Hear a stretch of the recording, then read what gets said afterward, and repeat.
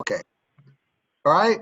Today is September 8th, I believe, and we're meeting executive session to discuss an emergency ordinance. Session to discuss an emergency ordinance. Gary? Yeah, so commissioners, you are meeting, this is an emergency board meeting for you to consider declaring an emergency regarding the several wildfires that are occurring throughout Clackamas County. That is the authority for you to hold this meeting with less than 24 hours notice.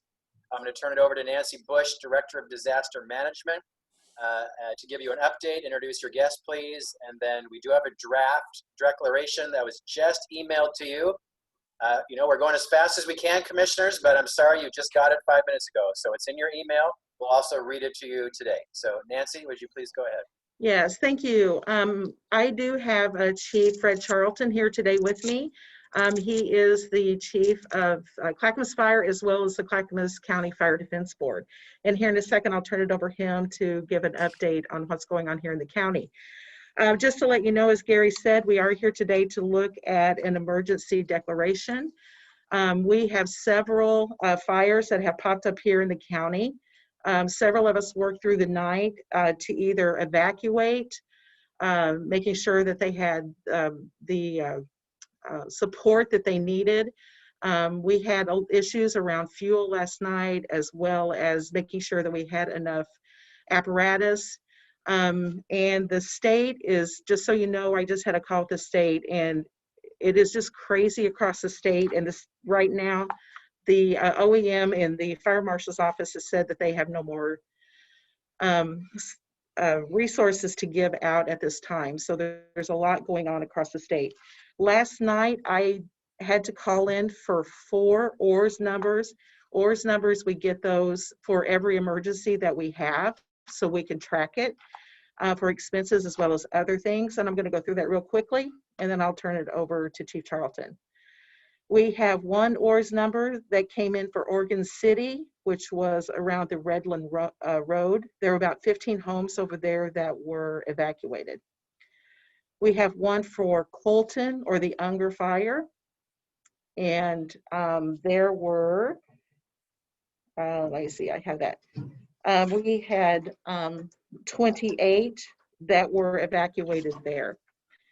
The Wilhoit Bird Fire, which is south of Moala, we have an ORS number for that, and there were 37 residents there. And then the fire is called the Beachy Creek Fire, is coming up from Marion County, which now has, from what I understand, when I talked to Marion County about 2 hours ago, has now merged with the Lionhead Fire as well.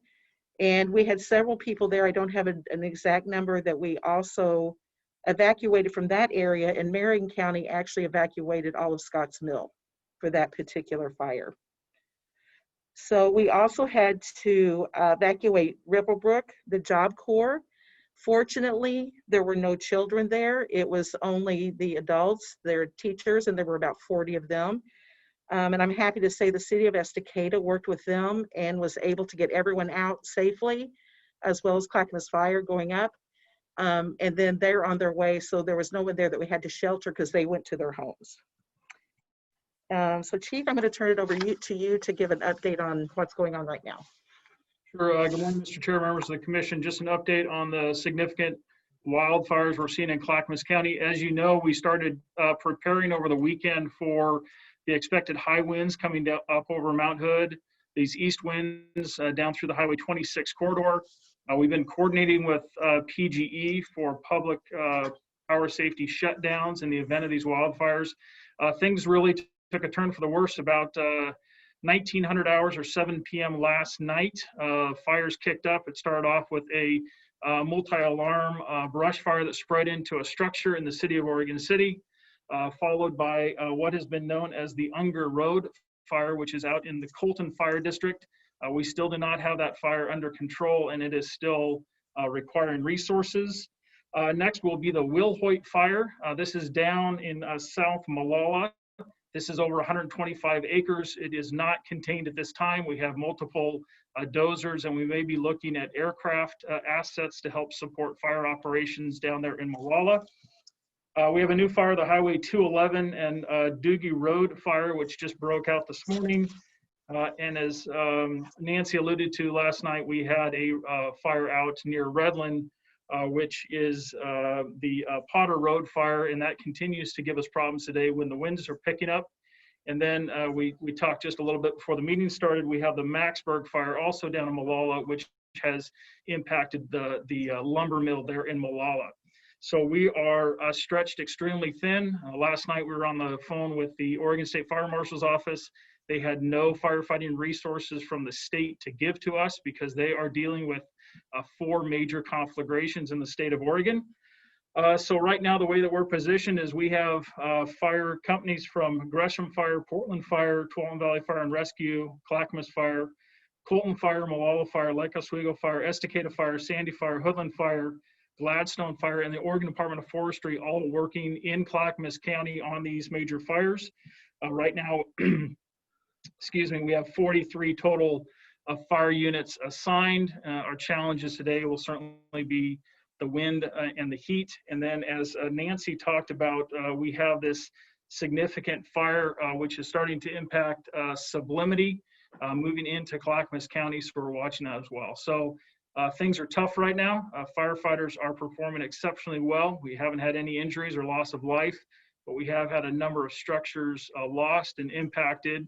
And certainly, as Nancy talked about, we executed a number of evacuations last night. So happy to answer any questions. I'd just like to thank you. You guys do a great job, and you got a big job ahead of you, and these are tough times. Anything we can do to help, I guess that's why we're here today. So thank you very much. Yeah, thank you, Mr. Chair, members of Commission. We appreciate that. We're working closely with our partners, being American Medical Response, law enforcement partners, to ensure that we can answer as many 911 calls for help as possible. But as you know, right now, we are just prioritizing life safety incidents. So we are putting a number of low acuity calls off to the side. Doesn't mean that they aren't important. It's just right now we have to address fire life safety issues. Thank you. Anybody else? See if we get the participant. Yeah, I just want to say, one, I've been sitting on hold for about 10 minutes with a link that led me to nowhere. So I clicked on Christina's link and got into the meeting, but the other link I was sent by Drenda is dead. So I apologize for that.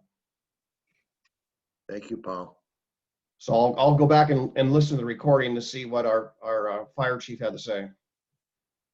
So could you send us, Nancy or Chief, could you send us the total list of all the fire departments that are involved? I tried to write them down as I was listening. Yeah, I'm happy to get that from the chief, and we'll send it out. Yeah, okay, great. Thank you, guys.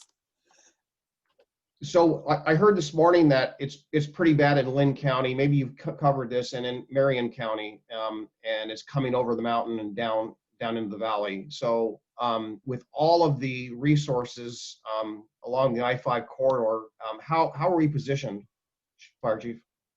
Well, we have a few challenges right now. Last night, as we began to run out of resources, we did reach out to Marion County, and they sent us 4 firefighting resources.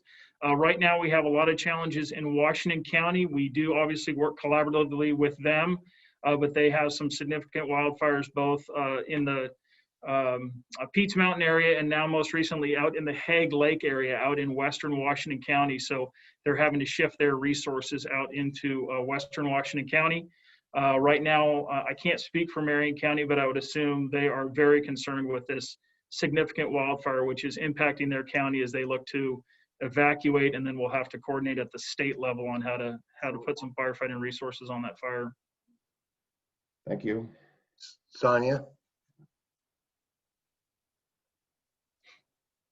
Yeah, thank you so much, Chief, for everything, and thank you, Nancy, for all your hard work. I know this is really tough. Couple questions. I first want to know what is the best website that we can look at to visually see what's happening and as things progress throughout the day. That's my first question. And then my second question is in regards to evacuations, and with COVID, what type of precautions and special attention are we taking given the other state of emergency that we are in? Okay, so I can send the website to you that I use, which is NCWeb. And it does have the fires on there. It doesn't have some of the smaller fires on there, but that is the one that I use. I will check to make sure that we don't have anything better as far as Clackamas County is concerned, but I don't believe so. And as far as, yes, the evacuations and what's going on there, I'm in first name terms with someone at the American Red Cross. I think I called them 20 times through the night. And they are helping us with those people that might need to be sheltered, but they are doing non-congregate sheltering. So they are actually renting hotel rooms to put these individuals in that might need to be sheltered. It's a little bit it's chaotic because there are so many across the state.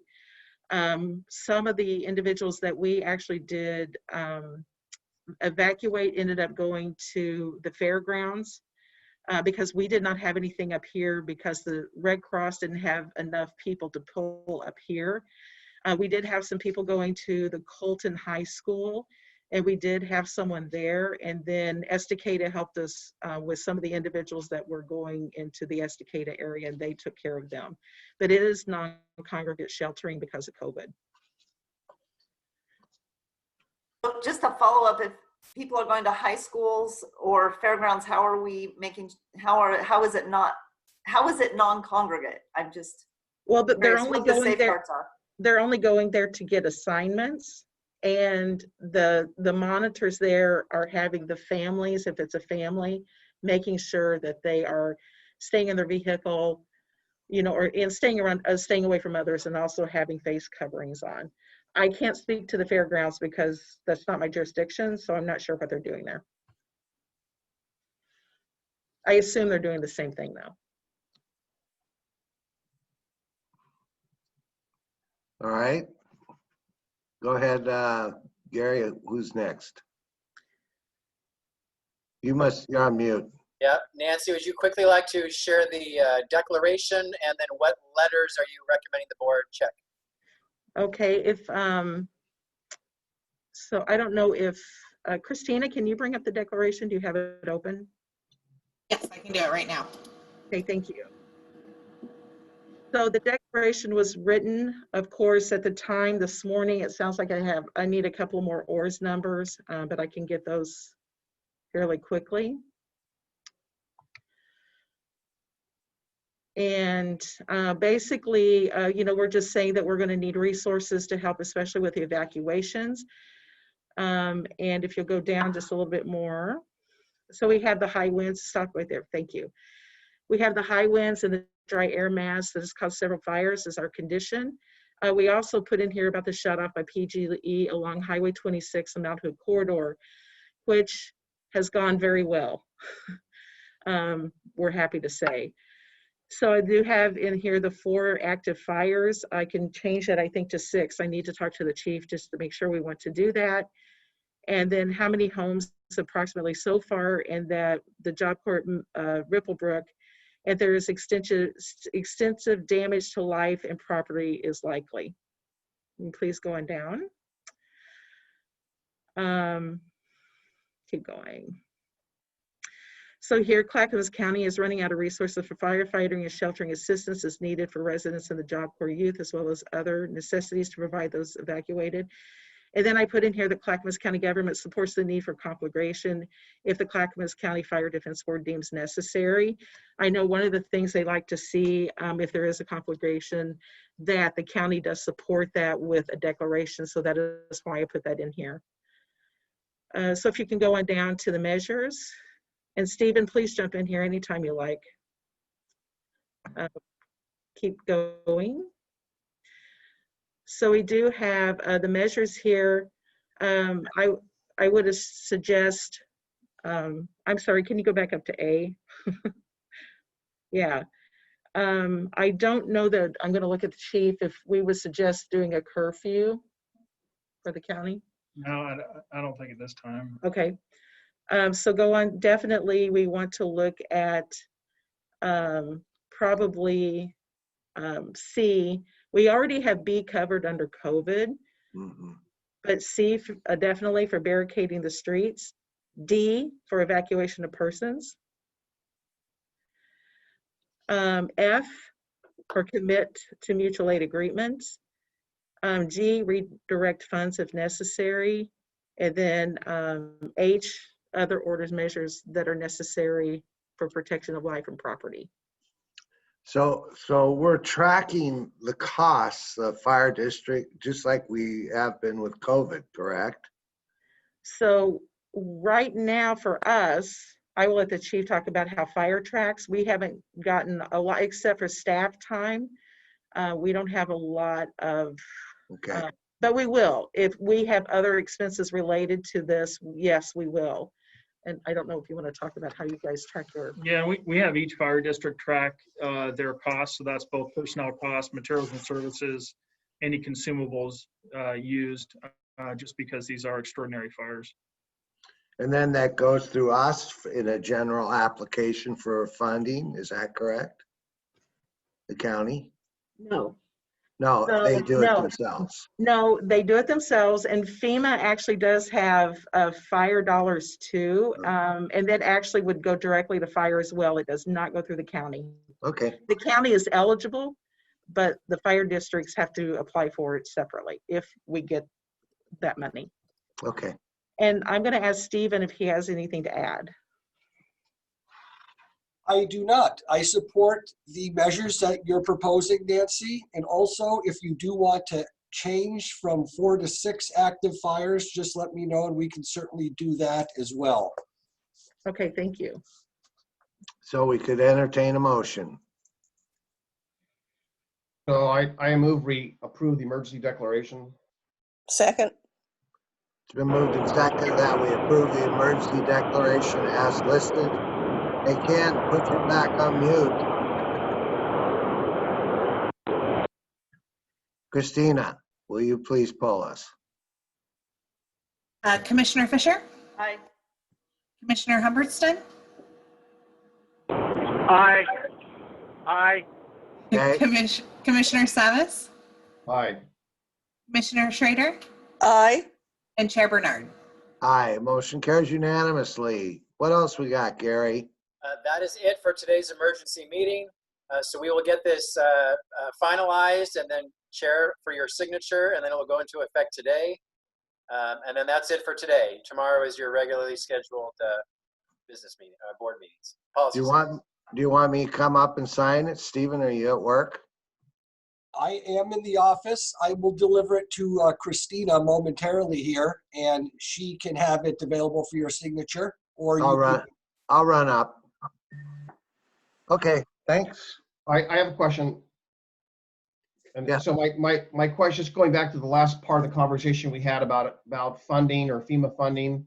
So the people that are, whether they're set up for emergency shelter or drive-in parking at the fairgrounds or whatever, the cost involved with that or managing that is borne by the fire district or is borne by the county or either or? So the sheltering is either going to be the Red Cross and us, or just the Red Cross. Okay, so things like food, medical, shelter you just covered, moving expenses or anything like that, that's all covered through the Red Cross or again through us, or how? Just want to moving expenses is usually covered by the homeowner.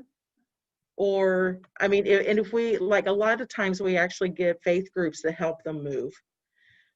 So I know in the last fire I was in, there was a faith group that, you know, they used their dollars to do that. Does that include livestock?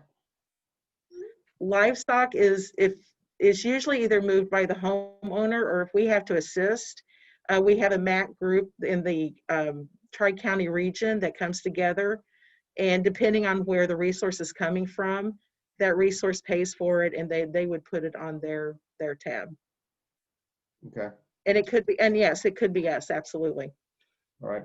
Thank So you. I have a question that's I need answered. And this is from Washington County. They're having trouble with business compliance.